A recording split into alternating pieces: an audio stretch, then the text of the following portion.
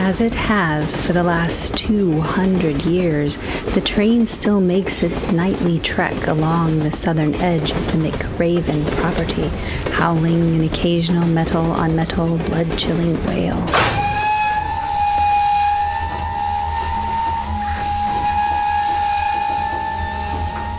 The land itself feels more like a cemetery than the lawns of a stately home. Mississippi has a humid climate, and the ground can become waterlogged during particularly wet seasons. And here, when it does, it's not uncommon for a bone or two to start rising up from the muck. Unlike at the Duff Green Mansion, where the few bones that were found were taken and buried at a cemetery, here it is advised that you just respectfully shove it back down, because prying beneath the surface could get you a whole lot more than you bargained for.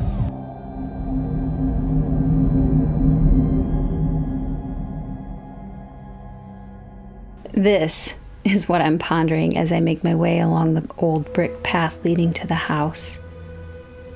It is slick. I can tell it would be easy to fall on. It is still light out, but the sunlight is dying. It'll be dark soon. I encounter this bronze deer. Pretty, but odd.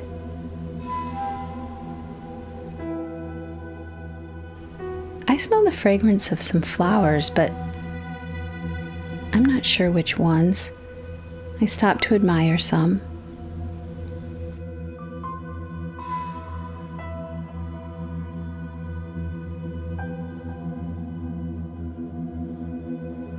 I'm nervous. I've never visited a real haunted house before. At least the Duff Green Mansion didn't really feel like one in the bright morning light. I know it won't be like some Halloween gimmicks. At least, I don't think so. They call it Mississippi's Most Haunted for a reason, I suppose.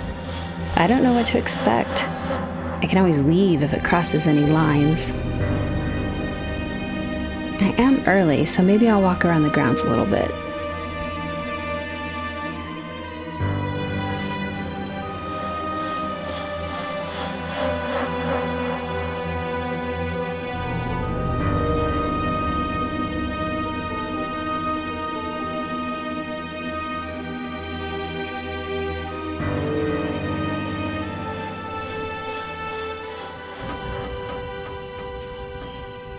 What is this?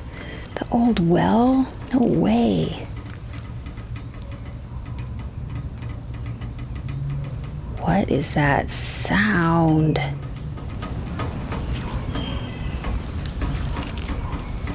Nope. I'm out.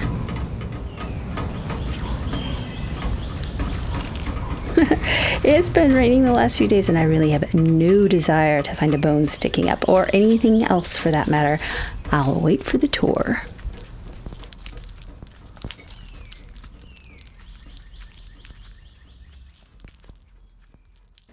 Our guide's dress is gorgeous, dark, elegant, and telling a story of its own. Andrew Glass was a highwayman. He was wanted up and down the Natchez Trace for robbery and murder. The Natchez Trace was an ancient pathway that had been used by animals and Native Americans for centuries, until it finally developed into what was the main thoroughfare for the area. But don't assume this was something like a highway of today. It was a hiking trail, basically, and there were turns and valleys and trees and numbers of places prime for an ambush. And that's just what Andrew did. He would ride out with his gang and ambush travelers of every creed or status. When Andrew wasn't hunting on Natchez Trace, he frequented Walnut Hills. Walnut Hills was the town that would someday become Vicksburg. Now, the sheriff of Walnut Hills knew that Andrew Glass was a wanted man. However, Andrew wasn't worried about it because the sheriff was his brother. Who he was worried about was the French, because Walnut Hill happened to be in Spanish territory, but he would cross into French territory to commit his crimes. Now, apparently at some point, Andrew was offered $1,200, some gold, and some building materials in exchange for the assurance that he would mend his heinous ways, settle down, and live a respectable life. Or at least stop menacing people. He accepted the offer. He married a young woman, and in 1797, Andrew built what would become the first part of McRaven. For some perspective, in 1797, George Washington was still president. Now, Andrew didn't build a typical home. He basically built himself a hideout. What he did was he constructed 2 rectangles, one on top of the other. Now that wouldn't be so weird, but he put the kitchen on the bottom and the bedroom on the top, with no staircase.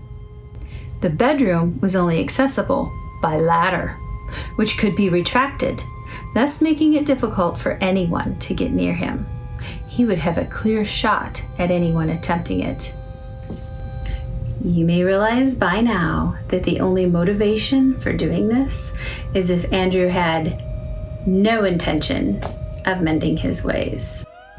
Andrew Glass continued riding off with his gang into French territory to maraud, terrorize, and plunder. His antics were finally put to rest when, during a confrontation with the French, he was shot in the stomach. Somehow, Andrew managed to get home. As he lay in bed, bleeding to death, his wife took a blade and slit him from ear to ear.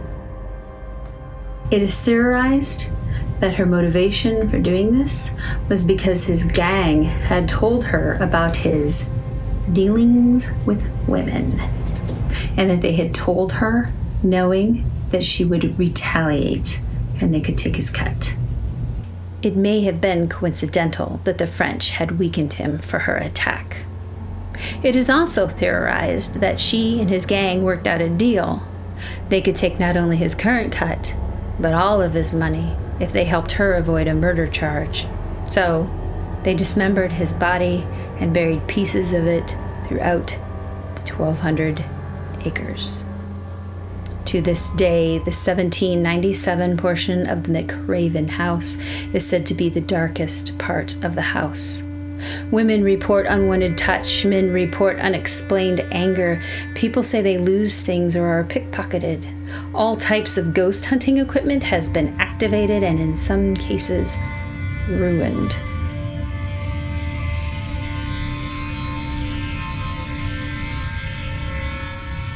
As I stand here in Andrew's room, I'm a little jumpy about it.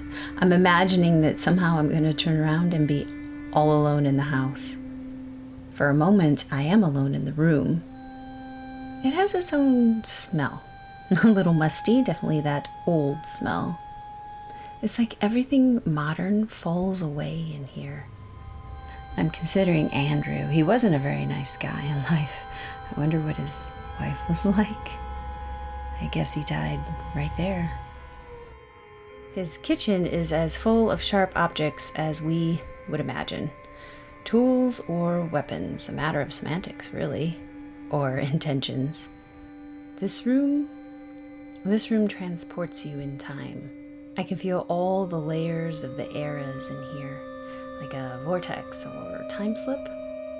Either way, it gives me that same feeling like upstairs where I'm just on the edge of being trapped all alone in here.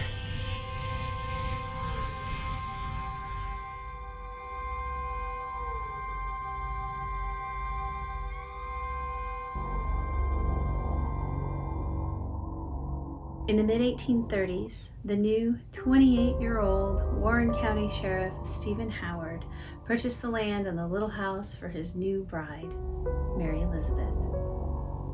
Mary was 12. It was said to have been a love match, but she was 12. Anyway, when she was 15, she became pregnant with the couple's first child. In 1836, Stephen Howard added on to the existing structure in the Empire style. Knowing that Mary would need a proper staircase, he added that, as well as a dining room and a second bedroom and a covered porch.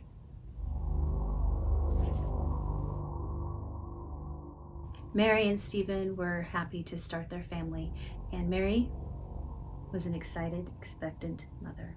She gave birth to a healthy baby girl in that second room that her husband had built for her.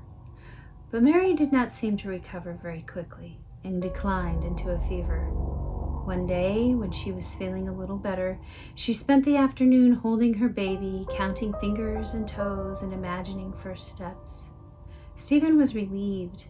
She seemed to be feeling so much better as he laid down next to her in the bed for that night. But when he woke in the morning, Mary was dead. Not knowing how to care for an infant, especially as a lawman, Stephen took the child to Mary's parents, perhaps sparing her from growing up on that property. He himself died only a few short years later. Mary is said to be the most active and sometimes playful ghost on the premises. Most of her room is still furnished with her belongings. This is her spinning wheel, the bed she died in, and her dresser set. Mostly she is reported to interact with children and expectant mothers. One young mother left the property abruptly during a tour when her toddler started playing with an invisible friend, spinning with one hand raised up in the air. The mother quickly picked up the child and walked out the door. The little girl looked over the mother's shoulder and said, "Bye-bye." People claim to have seen Mary in the window from out on the path. Lights turn on and off on their own, but supposedly she has a very specific calling card that she uses to communicate with tour guides. She opens and closes a cabinet door on her dresser. I didn't take hardly any video in the home because I prefer non-flash photography, but somehow I managed to get this. Yeah, she is showing out tonight.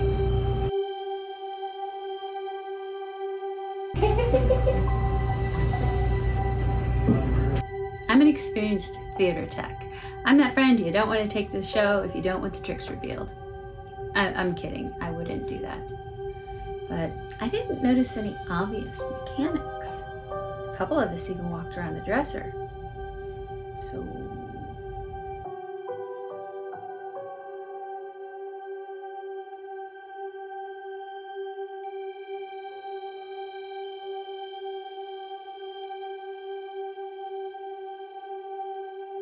in 1849, John and Selena Bob, yeah, let's just get that out of the way, John Bob. Anyway, John and Selena moved into the home. Desiring a little more space, added the third and final portion to the house in the Greek Revival style. They added a grand staircase, a third bedroom, a men's changing room, and a formal parlor. Both John and Selena had a love for flowers and roses, and John had planted and maintained about 16 acres of the most fragrant and beautiful roses you have ever seen. Visitors would often hear the sound of Selena playing the piano as they walked up the path. Then they would see John up on the balcony, enjoying his music, smoking his cigar. This room has a softer feel, at least to me. Maybe it's the elegance, but there is a tilt in the floor, a subtle change as you walk. It's a little disorienting. I wish I could go out there. I can imagine Selena in this gown. It's gorgeous. I want to feel the fabric, but I won't. John and Selena lived there happily until May 18th, 1863, when the siege began. John being a proud, loyal Southerner, offered the home and the lands as a Confederate-only hospital. Before long, the rooms and halls were filled with the wounded and dying. The grounds became run over with tents and horse-drawn carriages hauling in the half-dead. John and Selena retreated to the safety of a dugout cellar beneath the home, while their beautiful roses were trampled and the house weathered the brutality of war. Just how many soldiers drew their last breath on the property, we will never know. Now, the hall dividing Mary and Andrew's rooms is a repository of crude surgical tools abandoned to the property to be picked up randomly or discovered over the years, sometimes by metal detector, other times by tripping on some strange metal hazard. Many of the bones on the McRaven property are undoubtedly severed limbs, but it seems there is at least one mass grave. Researchers brought in by the last owner-occupant of McRaven determined that there were many, many graves, as in 400 to 500 bodies. Now, how many of those were Confederate soldiers? Probably most, but how many of them might be Choctaw or Seminole people from the Trail of Tears? How many of them could be pieces of Andrew Glass? The grounds of McRaven will never give up their secrets, and that is why it is advised to just respectfully shove it back down, because now you understand why prying below the surface may get you a whole lot more than you had bargained for. I'm not going to dive too deep into the stories of what has been seen on the grounds because it's numerous, but I will say that our guide for the evening told us she does not walk the property outside after dark. Spending time out there was not recommended. And I'm wondering if she's okay with what's in the house, then what's out there. But we've gotten away from the story of the Bobs, so let's go back to that. After the siege, John made progress on the many repairs and started to nurse his roses back to health. On the 1-year anniversary of the ending of the siege, he heard a ruckus, which turned out to be 3 drunken Union soldiers. Now, the witness to this event is either Selena or their nephew, or both. It doesn't really matter because the accounts are basically the same. John discovered these drunken hoodlums were picking and damaging his prized roses. When he yelled at them to stop, they yelled back, "You lost the boar, and this is all ours now." Enraged, John picked up a brick and lobbed it at the men. Somehow, he hit one in the head and knocked him out. The 2 soldiers lifted their friend, and while retreating, screamed violent threats of revenge. The next day, John went to report the incident to the Union general, who assured him no soldier would risk court-martial to actually carry out one of those threats. John Bob returned home, but as he was coming down the path, he was accosted by 25 Union soldiers. They drug him to the edge of the property and began to beat him by the railroad tracks. Perhaps they just meant to rough him up, but in the fray, one of them shot him in the stomach. Doubling down on that, another one shot him in the face. Hearing the shots, Selena, fearing the worst, ran towards the sound, and as the soldiers fled, she arrived at the unrecognizable corpse of her beloved husband. It was in this state that the general who came to check on them found Selena wailing and covered in blood. John Bob was the first civilian casualty of the Union occupation. May 18th, 1864. I cannot tell you how or when Selena herself died, but many later occupants and visitors of McRaven hear her playing the piano, and they smell the smoke of John's cigar.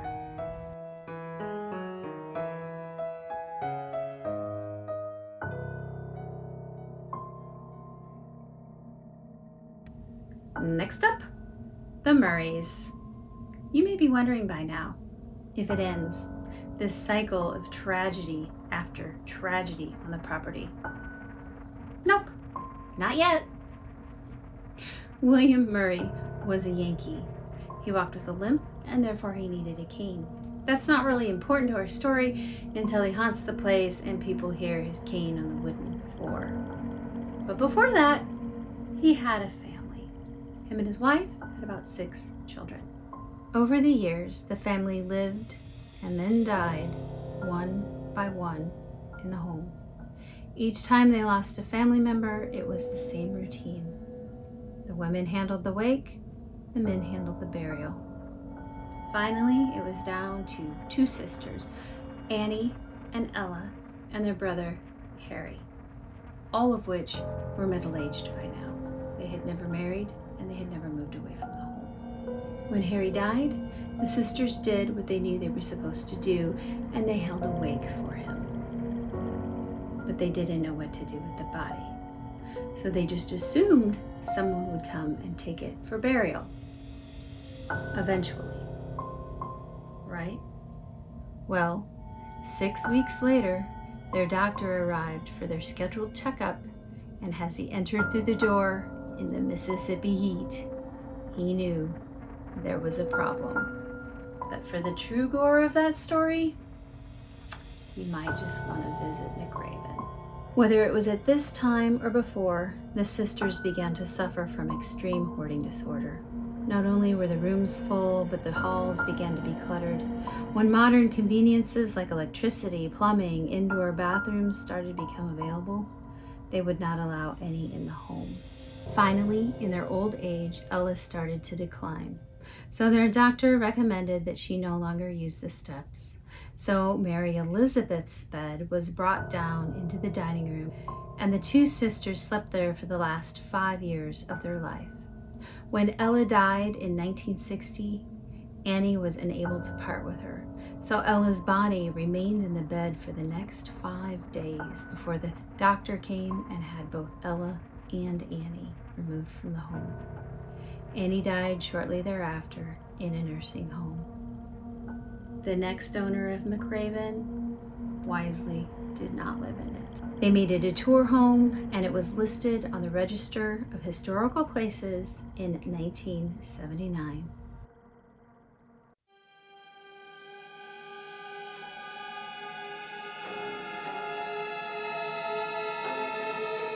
Leland was the heir to the French's mustard empire, and he decided that he wanted to live in the home again. So he started buying antiques and bringing it into the home and gave historical tours. Things did not go well for him. He was initially a skeptic who dabbled in ways of communicating with spirits in order to discredit them. Things started to happen to him. He purchased a house down the street to sleep in when he was too afraid at night. Then, it seems, things turned violent. He claimed he was attacked 3 times. On occasion, something slammed his thumbs in a drawer as he opened it. Then, he changes tactics and calls out a priest. Despite this, one night when he was there all alone in the dining room, something shoved him so hard that he hit the ground and smashed his glasses into his face, requiring stitches. When he walked out of that emergency room, he left the city and never looked back. He didn't come back to claim a single item. He didn't come back to show the property. Nothing. The current owners were never so foolish as to live there. It is now one of the most beautiful and popular historic places to visit in Vicksburg. At the end of the tour, I linger long enough to get some photos in the 1797 kitchen. When I come out, I pause to listen. Tree frogs way out in the property are calling for their lovers. The sound is mournful and demands my attention. Most of the guests have left quickly. It almost has a romantic feel on the patio looking out onto the grounds, but I'm not brave enough to go out there.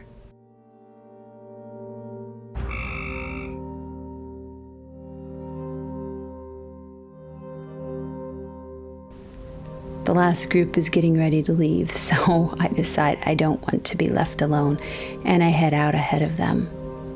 The path is dimly lit, and it is slick, and I cannot help but feel as if it is a veiled threat.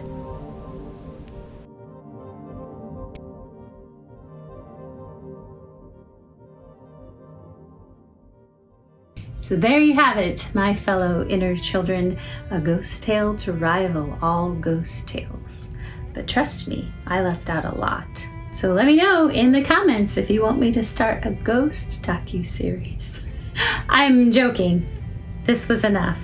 Letting your inner child take you on an adventure and seeing what creative endeavors follow. So please like and subscribe.